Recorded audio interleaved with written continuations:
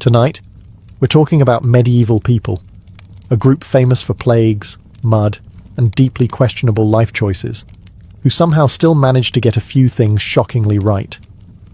So before you get comfortable, take a moment like the video and subscribe, but only if you genuinely enjoy what I do here. And let me know in the comments where you're tuning in from and what time it is for you. It's always fascinating to see who's joining us from around the world. Now dim the lights, maybe turn on a fan for that soft background hum, and let's ease into tonight's journey together. One of the most shocking things about medieval society is not the plagues, the wars, or the medical advice that involved prayer and mild screaming.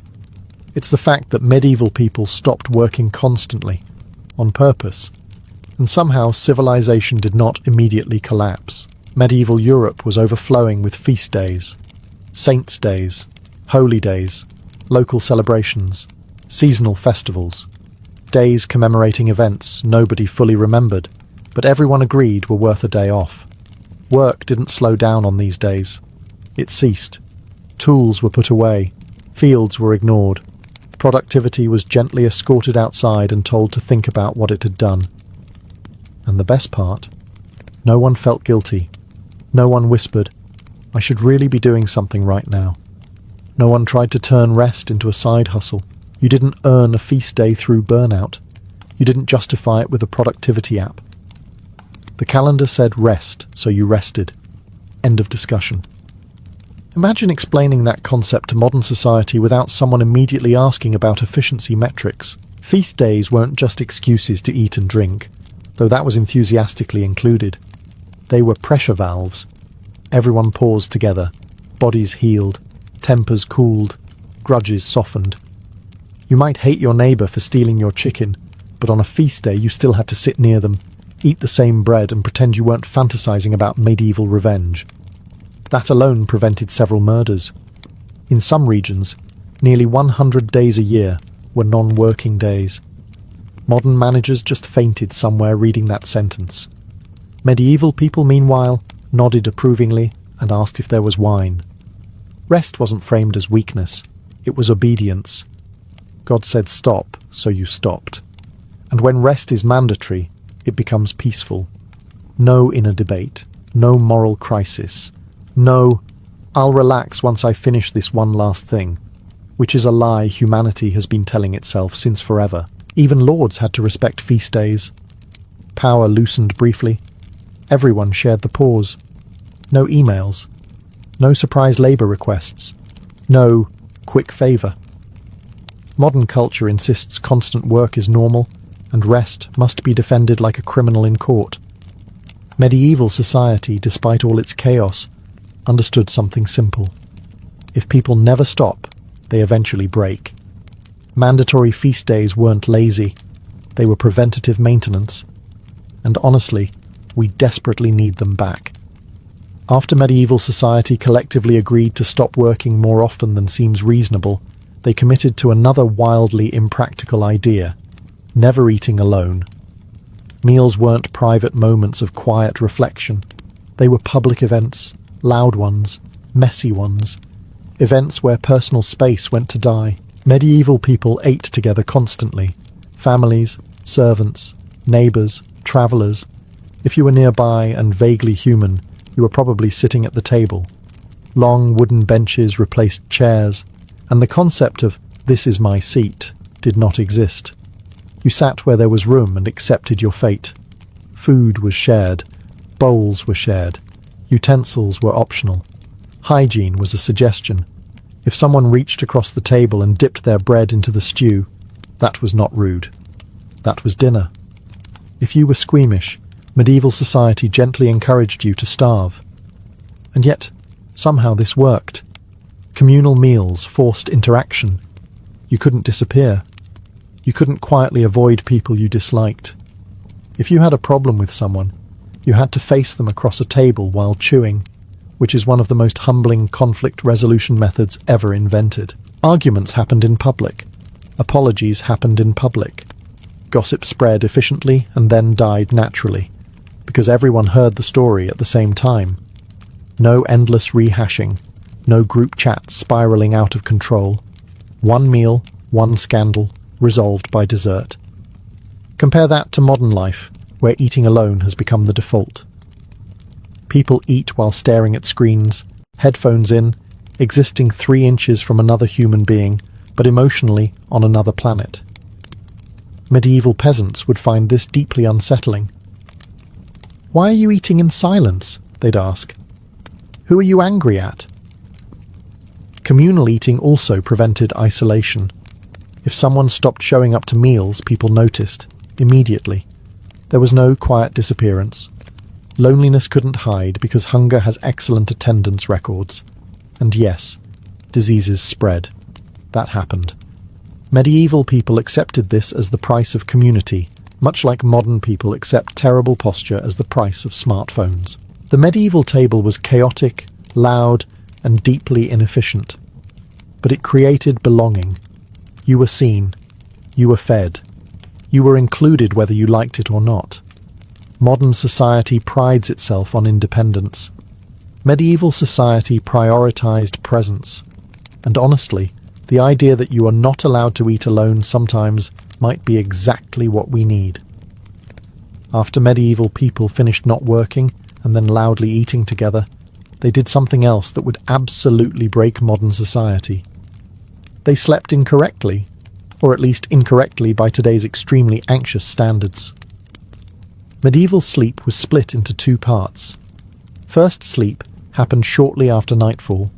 Then, sometime in the middle of the night, people naturally woke up, not in a panic, not reaching for their phones.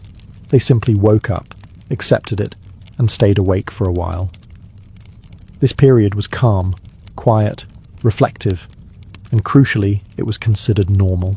During this waking interval, people prayed, talked, thought, or just sat by the fire staring into nothing, which medieval society somehow recognized as a legitimate activity.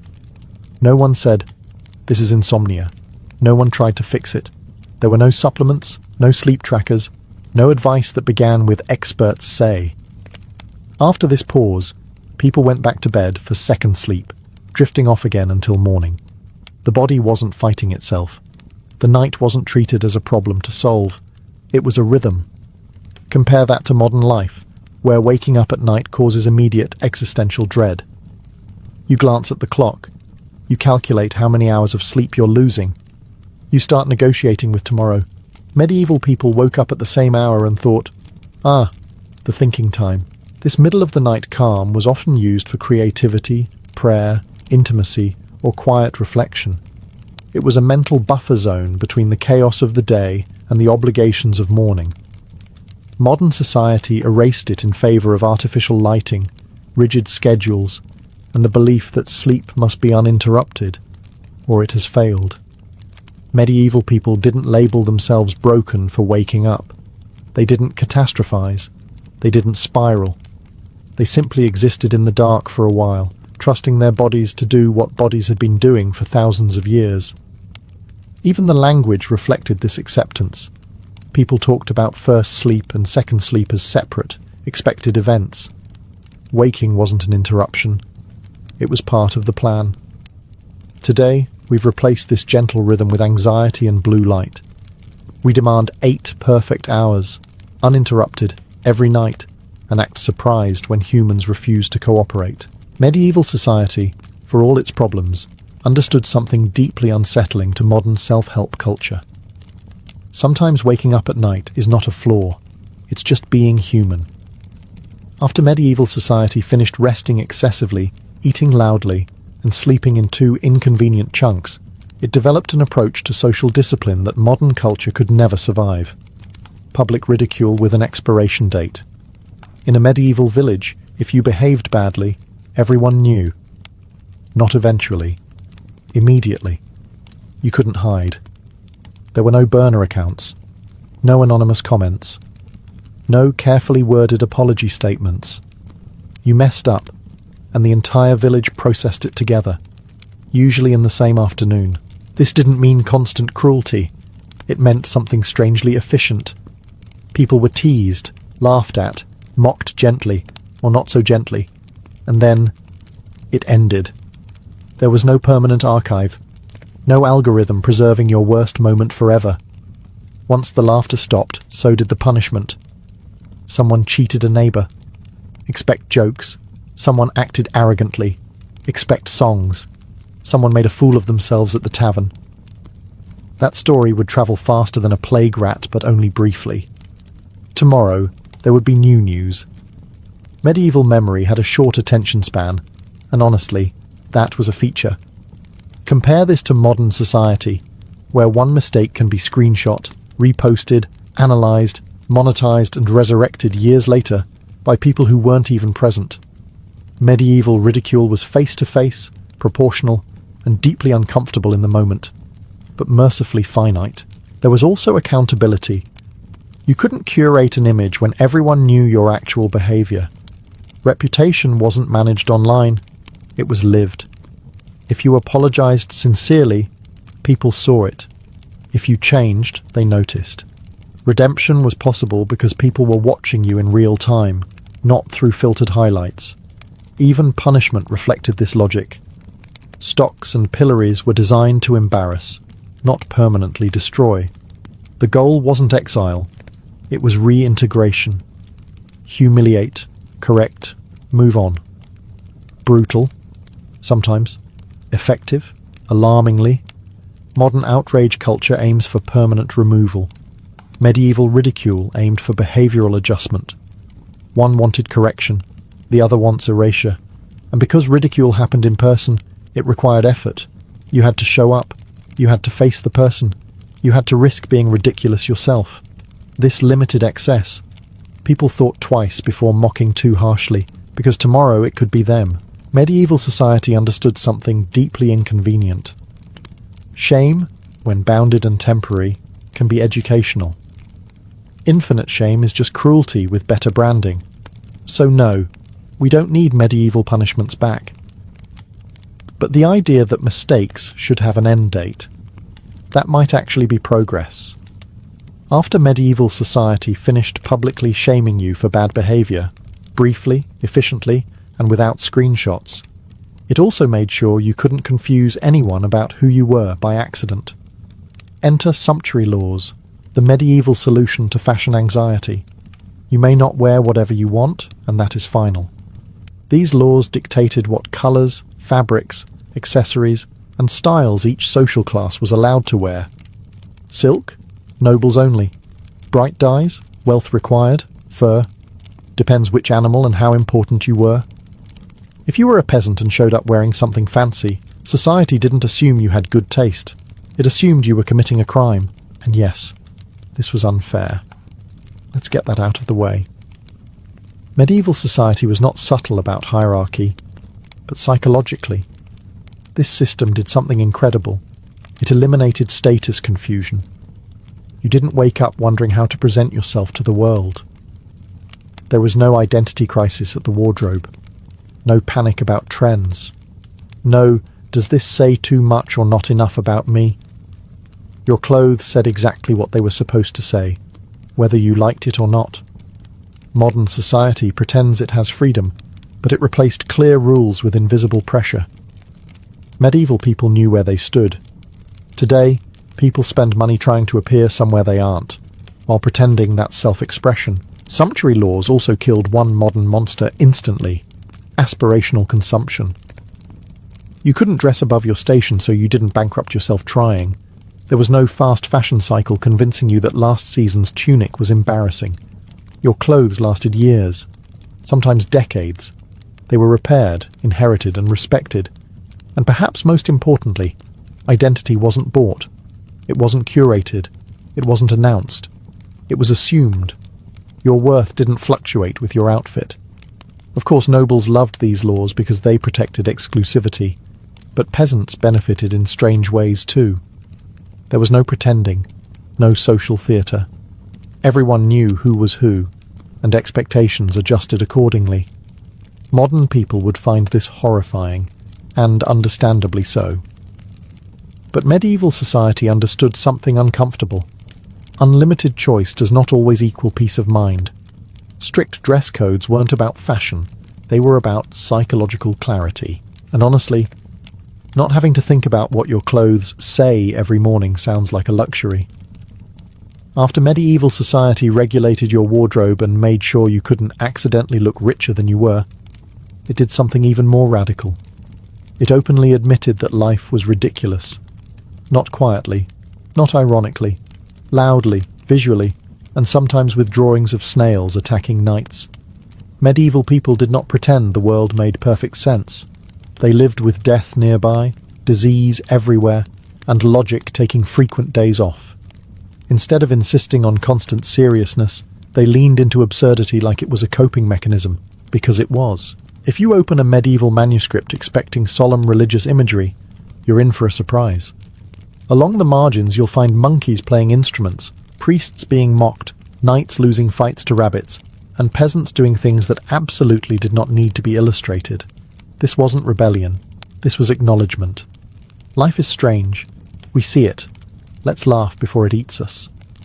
Humour wasn't optional in medieval society. It was survival gear. When existence is unstable, laughter becomes a pressure valve. Medieval people laughed at authority, at death, at themselves, and at the sheer unpredictability of being alive. They didn't wait for a comedy night. The comedy was built into the culture. Modern society, on the other hand, takes itself extremely seriously while pretending it doesn't. Everything must be optimized, explained, justified, and branded. Medieval people looked at chaos and said, yes, obviously, pass the bread. Festivals amplified this mindset. During certain celebrations, rules loosened, roles reversed, peasants mocked nobles, fools became kings for a day. The social order was temporarily flipped upside down, not to destroy it, but to release pressure so it didn't crack permanently. Medieval people understood that if you never laugh at power, power eventually explodes. Even religion made room for absurdity. Carnivals existed alongside churches.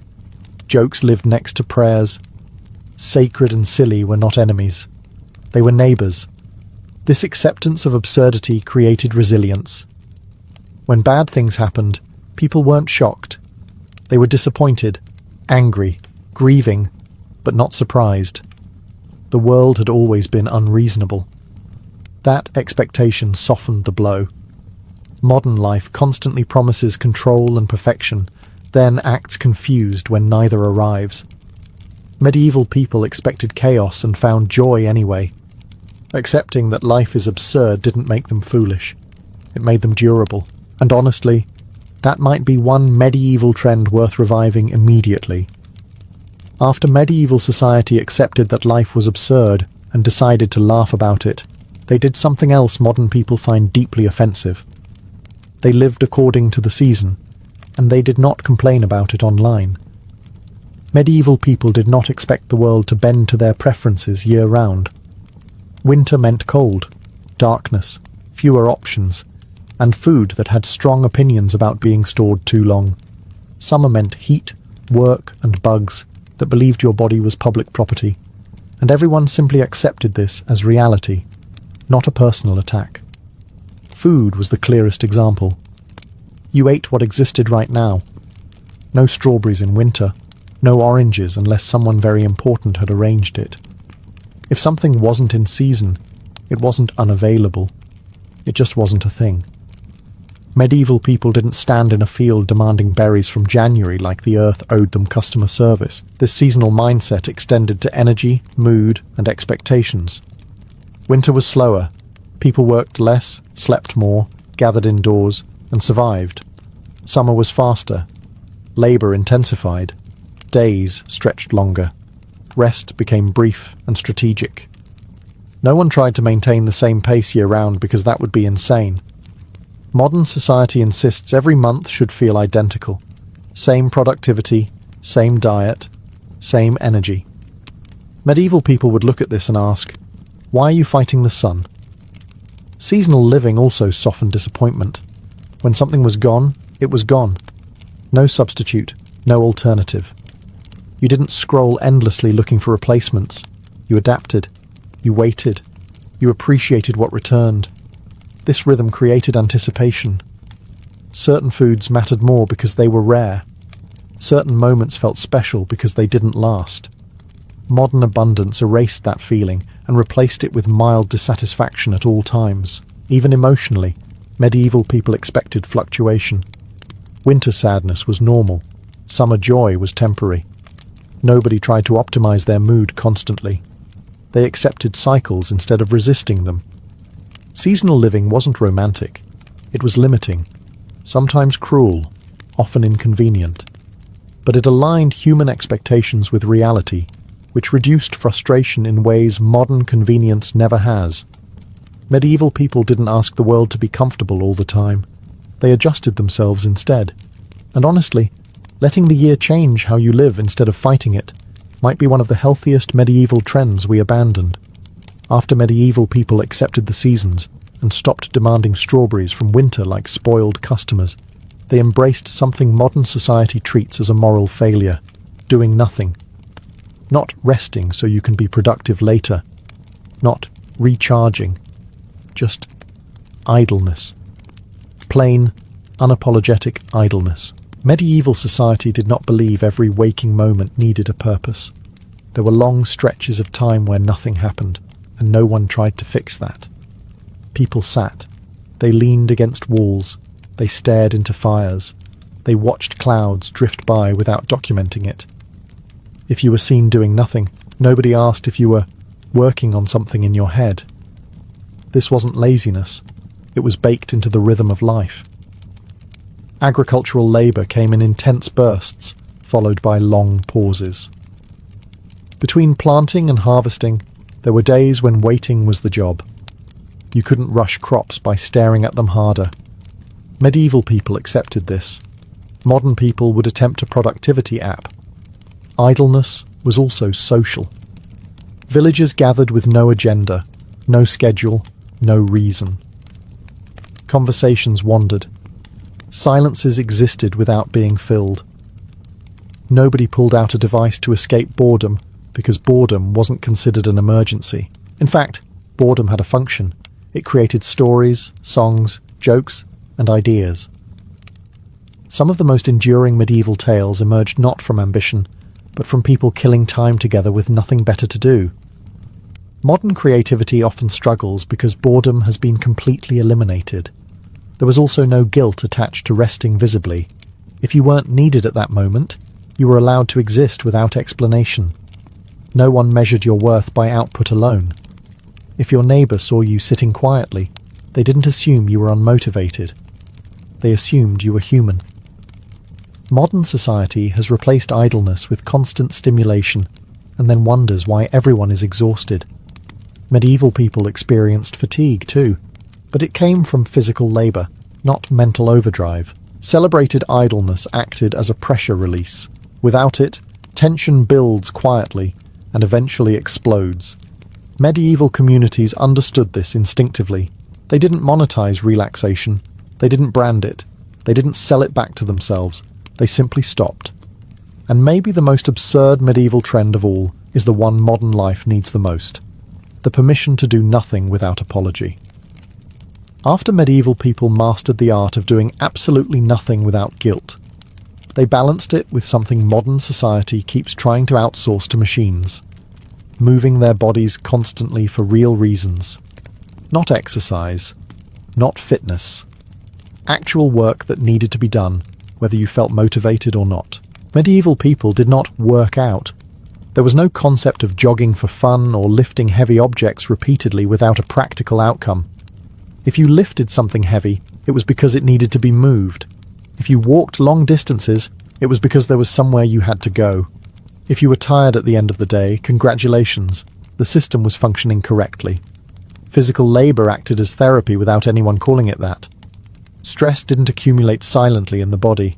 It was burned off chopping wood, carrying water, digging soil, or hauling something heavier than it had any right to be. There was no time to overthink when your arms were already screaming. Modern society has reversed this completely. We sit still all day and then attempt to simulate medieval labour in climate-controlled rooms while staring at mirrors. Medieval people would find this deeply confusing. "Why are you lifting the same stone repeatedly?" they'd ask. "Is the stone cursed?" Physical work also anchored people in reality. You knew what you had accomplished because you could see it. A field cleared, a fence repaired, a load carried. Progress was tangible, no abstract metrics, no performance reviews, no wondering whether your effort mattered. If something existed at the end of the day, it mattered. This constant movement also regulated sleep, appetite, and mood naturally. When your body is genuinely tired, it sleeps. When it's hungry, you eat. When it's satisfied, it rests. Medieval people didn't need reminders to listen to their bodies. Their bodies made themselves very clear. Of course, the work was hard, sometimes brutal. Bodies broke down. Medieval life was not a wellness retreat. But modern society has discovered something worse. Exhaustion without movement, mental fatigue without physical release, stress trapped in a body that barely gets to move. Medieval labor wasn't efficient. It wasn't optimized. It wasn't gentle. But it provided something modern life struggles to replicate, a direct relationship between effort and relief. You worked, you were tired, you slept. No interpretation required. And maybe that's why medieval people, despite everything, often slept better than we do. After medieval people finished exhausting their bodies through honest labor and sleeping like rocks, they handled disagreements in a way that would immediately terrify modern society. Out loud, in public, and with witnesses. Medieval arguments did not happen quietly in private messages. They happened in taverns, marketplaces, churchyards, and village squares, places where everyone could hear you, judge you, and remember your worst phrasing forever. If you were angry, the entire community knew about it before lunch. And strangely, this worked. Public debate meant accountability. You couldn't carefully curate your words after the fact. You couldn't edit, delete, or reframe your argument once it left your mouth. If you said something foolish, people reacted immediately. Laughter, groans, or the sudden silence of collective disappointment did the moderating for you. Disagreements were loud, emotional, and sometimes theatrical. Gestures were involved. Voices rose. Someone probably spilled a drink. But crucially, once the argument ended, it was over. There was no endless replay, no passive-aggressive follow-up. No one lay awake at night rereading messages that didn't exist. Because arguments happened face-to-face, they also required courage. You had to stand in front of the person you disagreed with. You had to see their expression. You had to feel the social weight of your words. This alone filtered out a shocking amount of cruelty. Modern conflict is sanitized and therefore endless. Medieval conflict was messy but finite. People argued, resolved, drank, and moved on. You might still dislike someone, but you weren't trapped in a perpetual state of unresolved tension fueled by silence. Public debate also strengthened communal norms. The village collectively decided what behavior crossed a line.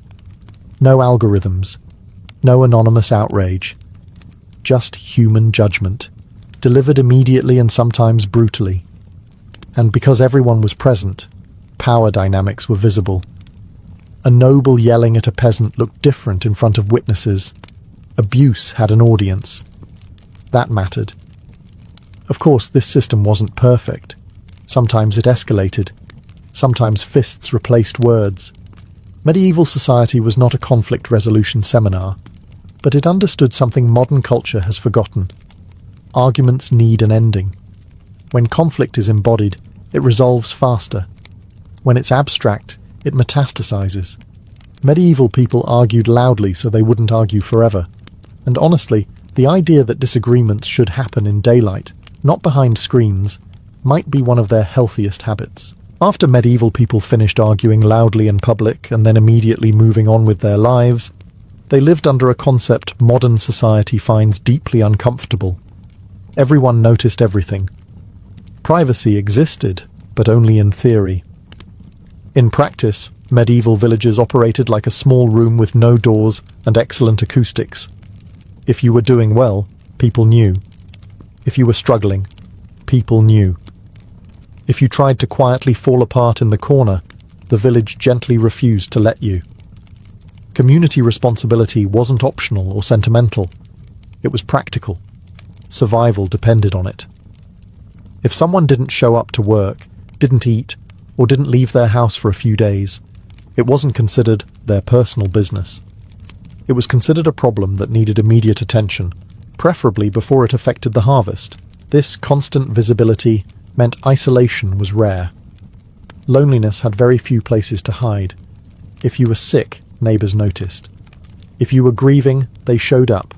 If you were spiraling, someone intervened, not with a carefully worded message, but by physically appearing in your space with food, advice, or unsolicited opinions. Was this intrusive? Absolutely. Medieval people would wander into your home unannounced and comment on your life choices with alarming confidence.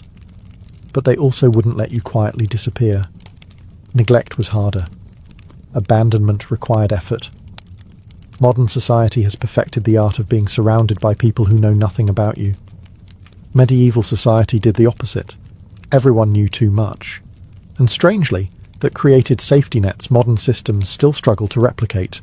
Community responsibility also meant shared consequences. If one person failed, the village suffered. That created a culture of mutual investment. You didn't help because you were virtuous. You helped because someday you would need help too, and the village had a long memory. There was no outsourcing care entirely to institutions, no assumption that someone else would handle it. Responsibility was local, immediate, and unavoidable. Of course, this system had downsides. Gossip flourished. Judgment was constant. Individual freedom was limited. Medieval people paid for belonging with autonomy. But modern society flipped the equation completely. Maximum autonomy, minimum belonging. And now everyone is shocked that people feel alone. Medieval people understood something quietly radical. Humans are not meant to be invisible to each other. Being seen all the time was exhausting.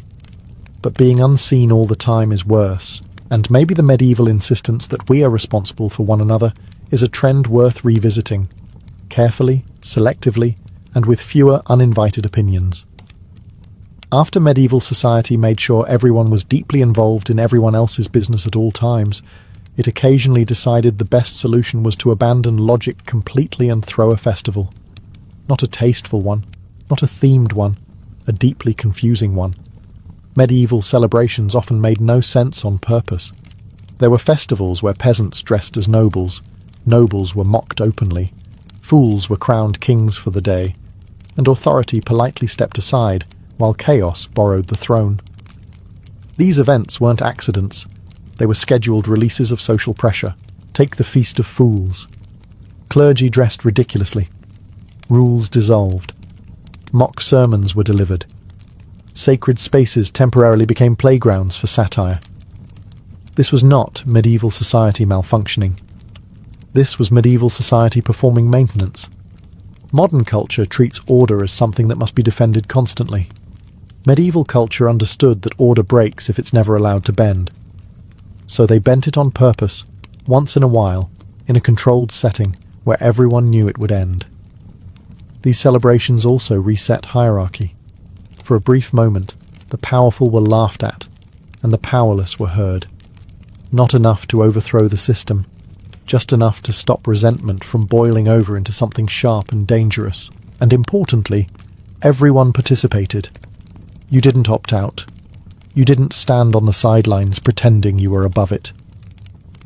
The village agreed, collectively, to suspend seriousness and embrace nonsense. Even people who hated joy were dragged into it. Modern society does chaos accidentally. Medieval society scheduled it. These festivals also reminded people that authority was human, not divine. When a priest stumbled drunk through the square wearing a donkey mask, the illusion of perfection cracked, safely, temporarily, and without revolution. After the festival ended, roles snapped back into place.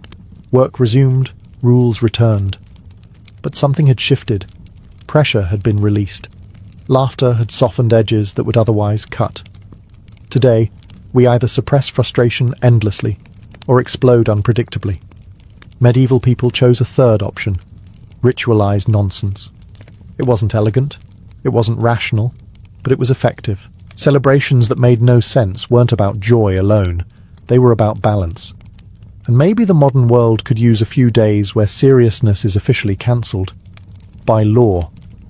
After medieval society intentionally descended into ritualized chaos and then calmly returned to normal, it benefited from something modern life has completely eliminated: slow information. News did not arrive instantly.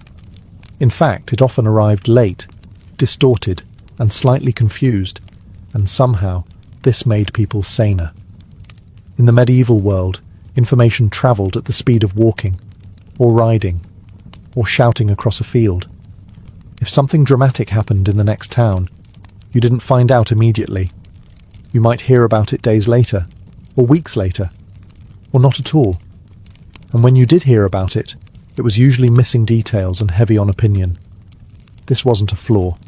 It was a buffer. Because news arrived slowly, panic spread slowly. Rumours had time to die before reaching everyone. Catastrophes remained local instead of becoming everyone's emotional responsibility. Medieval people were not expected to process the suffering of the entire world before breakfast. Modern society receives every disaster instantly, and then wonders why everyone is anxious. Medieval people experienced tragedy too, plenty of it, but it was contained. If something terrible happened far away, it stayed far away. Empathy existed, but it didn't crush daily life. Slow information also reduced outrage. By the time news arrived, emotions had cooled. Knee-jerk reactions softened. People discussed events rather than reacting to them. You couldn't doom scroll because scrolling had not been invented, and even if it had been, nothing new would have happened yet. Even gossip had limits. By the time a rumour reached you, it had already been filtered by multiple retellings. The truly ridiculous details often fell away, leaving behind something less explosive and more manageable. Medieval people were not ignorant. They were selective by necessity. Their attention was local. Their concerns were immediate. They focused on what they could actually influence instead of being constantly outraged by events beyond their control. Modern society calls this being uninformed. Medieval society called it survival. There was also less pressure to have an opinion instantly. You didn't need a hot take. You didn't need to respond.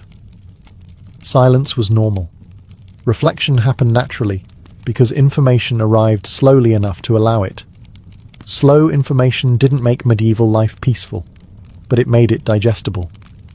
And maybe the most absurd medieval trend of all is one modern life desperately needs: news that arrives slowly enough for humans to handle it. After medieval people learned news slowly and survived without collapsing under the emotional weight of the entire world, they embraced an idea modern society actively resists. Not everything can be improved endlessly. Some things had limits, and medieval people accepted them with far less internal screaming than we do. There were limits to work, limits to wealth, limits to ambition, limits to comfort. Medieval people didn't expect life to be optimized into perfection. They expected difficulty, scarcity, and failure, and planned accordingly. This wasn't pessimism. It was realism. If a harvest failed, it failed. You didn't write motivational quotes about grinding harder.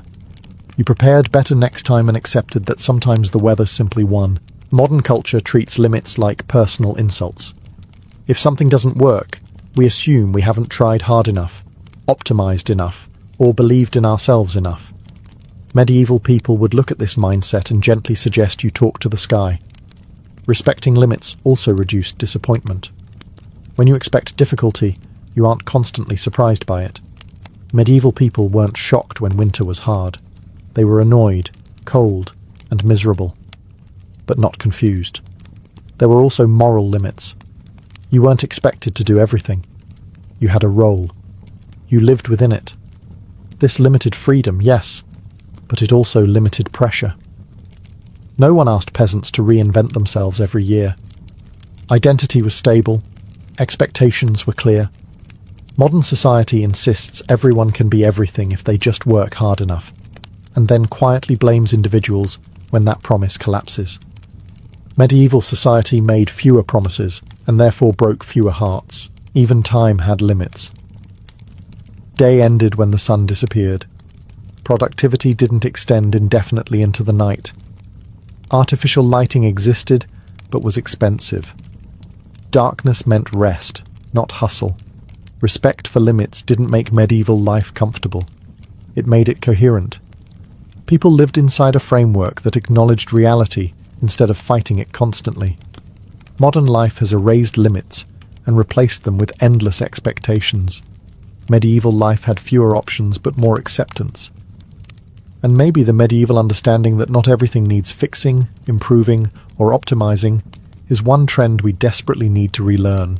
After medieval society accepted limits, slow information, ritualized chaos, loud arguments, forced rest, and the general absurdity of existence, it arrived at something modern culture has nearly forgotten. Life was not a project. It wasn't something to be constantly upgraded, measured, or optimized. It was something you endured, shared, and occasionally laughed at. Medieval people did not wake up asking how to improve themselves. They woke up asking whether the fire was still lit and if the bread was edible. Once those questions were answered, everything else was a bonus. There were no 5-year plans, no vision boards, no pressure to reinvent identity every few months. Daily life followed rituals rather than goals. You worked when it was time to work. You rested when it was time to rest.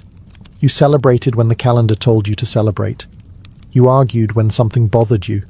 You moved on when it ended. There was no constant self-monitoring.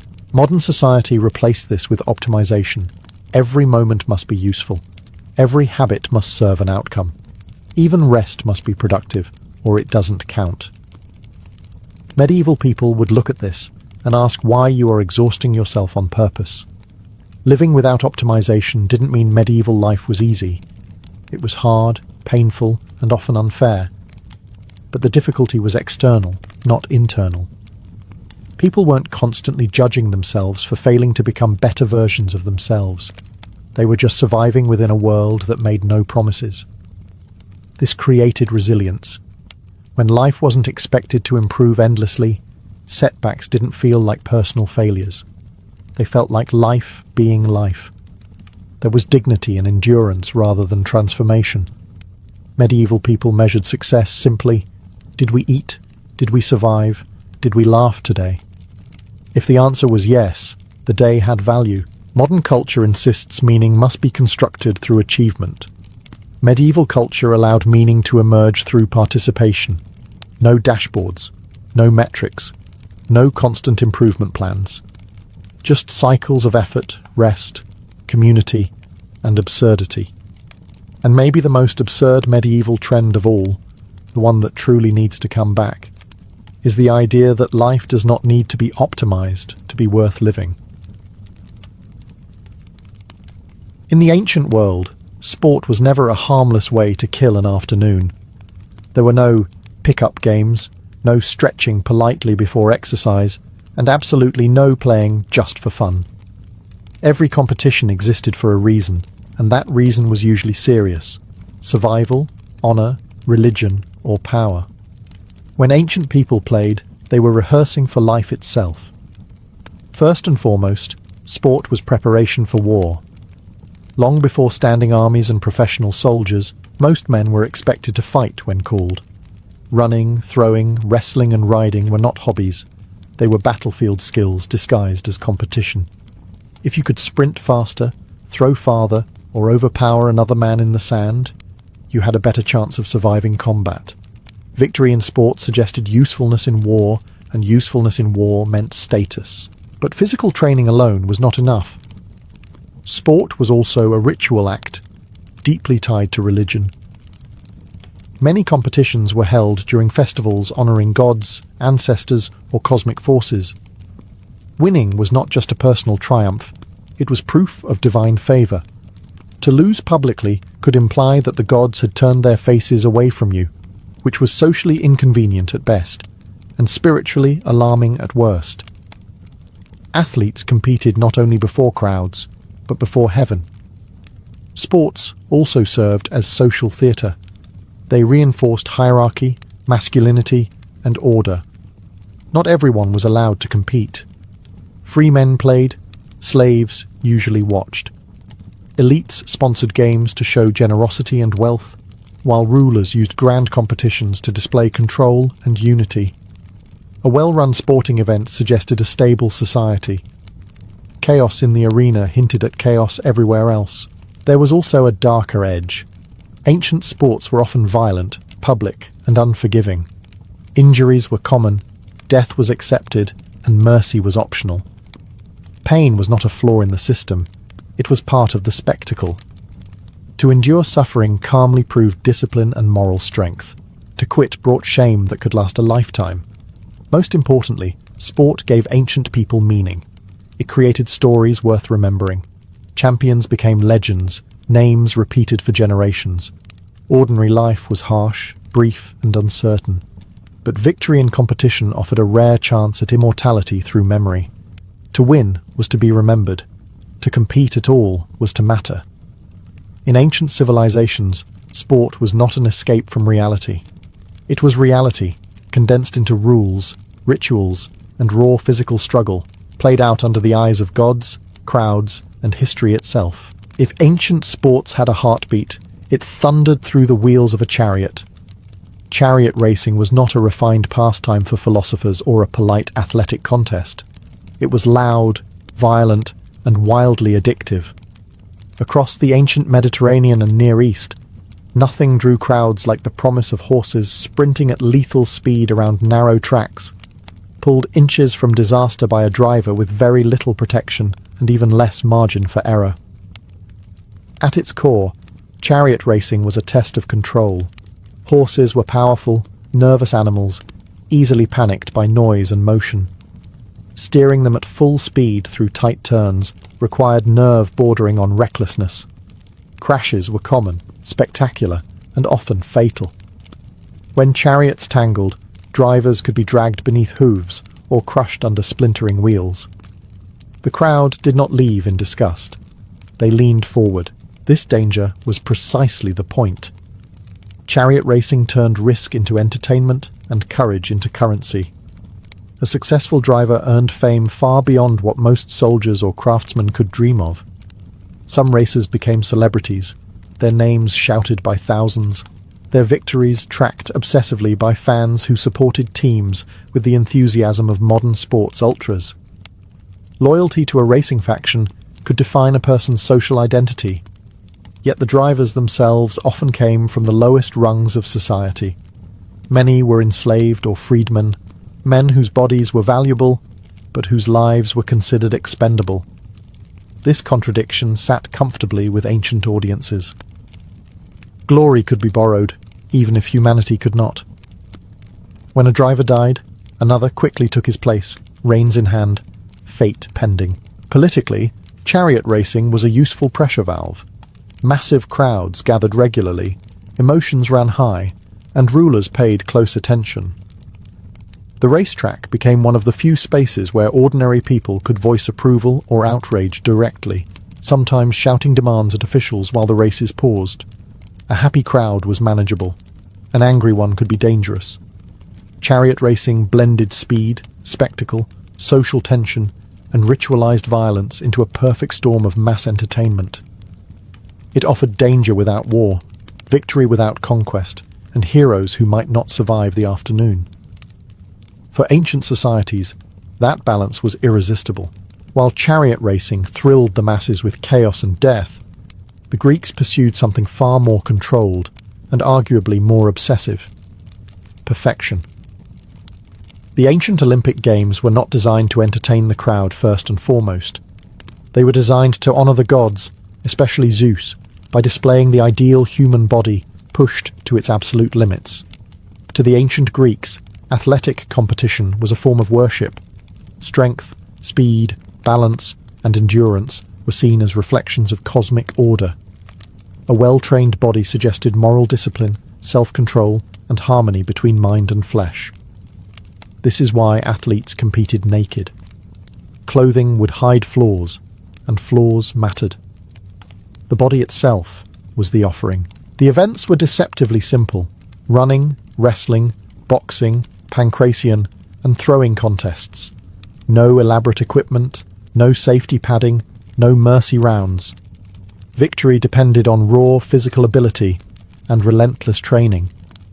Athletes prepared for years. often under brutal regimens that included restricted diets, repetitive drills, and constant supervision. Pain was not an obstacle. It was proof that training was working. Unlike many other ancient sports, Olympic competitors were free Greek men, not slaves. Participation alone was an honor, and winners gained lifelong prestige. They did not receive prize money at the games themselves, but the rewards back home were enormous. Public meals for life, statues, poems written in their honor, and political influence. A victorious athlete elevated not just himself, but his city-state. However, the Olympics were not the peaceful celebration modern imagination likes to project. Cheating, bribery, and rivalry were common. Athletes swore sacred oaths to compete honestly, then quietly looked for ways around them. The pressure to win was immense, because failure meant obscurity. Second place was effectively invisible. Women were excluded entirely, both as competitors and spectators, with rare exceptions. The Olympic ideal was explicitly male, reinforcing a vision of society where physical excellence and public honor belonged almost exclusively to men. In the Greek world, sport was philosophy in motion. It was an argument made with muscle and breath, asserting that human excellence was not accidental, but trained, disciplined, and worthy of divine attention. Long before packed stadiums and championship trophies, the peoples of Mesoamerica were playing a game that blurred the line between sport, ritual, and cosmic duty. The Mesoamerican ball game was not designed primarily for entertainment. It was a sacred reenactment of how the universe itself functioned, acted out with a heavy rubber ball and bodies that absorbed its punishment. The game was played across centuries by different cultures, including the Maya and the Aztec, on stone courts shaped like elongated corridors. Players used their hips, thighs, and shoulders to keep the solid rubber ball in motion, a task that was far more painful than it sounds. The ball could weigh several kilograms, and repeated impacts left deep bruises and broken bones. Protective gear existed, but it was limited and symbolic rather than comfortable. At a symbolic level, the ball represented celestial bodies, often the sun or planets moving through the sky. The court itself mirrored the boundary between worlds, the space between life and death. Every match was a ritual struggle to keep cosmic order intact. If the ball stopped, metaphorically speaking, the universe could fall apart. That was the idea, at least. Victory and defeat carried consequences far beyond pride.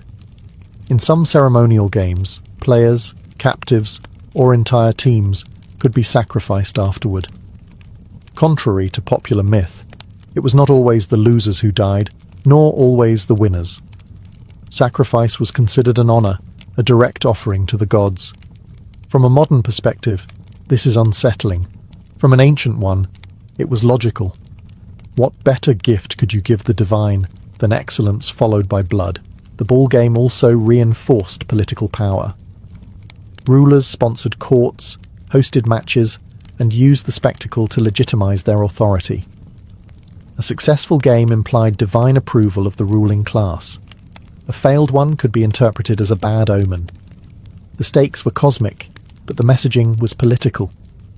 Unlike Greek athletics, the Mesoamerican ball game was not about perfect bodies or individual fame. It was about duty, endurance, and submission to a universe that demanded balance. Pain was expected, death was acceptable, and sport, once again, was not an escape from reality, but a ritual that explained why reality was so unforgiving. In ancient Egypt, sport existed within a worldview obsessed with balance, order, and control. Wrestling, one of the oldest documented sports in human history, fit perfectly into this mindset. Scenes carved into tomb walls and painted on temple reliefs show wrestlers locked in grips, throws frozen in stone, bodies tense but composed. These images were not decorative. They were statements about how the world was supposed to function. Egyptian wrestling was structured, technical, and surprisingly sophisticated. Matches followed recognizable rules, with a clear progression of holds, counters, and throws. This was not a chaotic brawl. It was controlled violence, meant to demonstrate mastery over the body and, symbolically, over disorder itself. To wrestle well was to embody Ma'at, the cosmic principle of harmony that underpinned Egyptian religion and kingship. The wrestlers themselves were often soldiers or men in physical training for military service. Wrestling built strength, balance, and endurance, all essential for combat. But unlike battlefield fighting, wrestling emphasized restraint. The goal was domination, not destruction. Breaking your opponent was less important than proving you could control him. This distinction mattered deeply in Egyptian society. Power was meant to be exercised calmly, visibly, and with purpose. The pharaoh ruled not by constant violence, but by maintaining balance between chaos and stability. Wrestling mirrored this philosophy perfectly. Two men struggled, but within limits. Order always returned at the end. Wrestling also carried ritual significance beyond training. Tomb paintings suggest that athletic skill followed a person into the afterlife.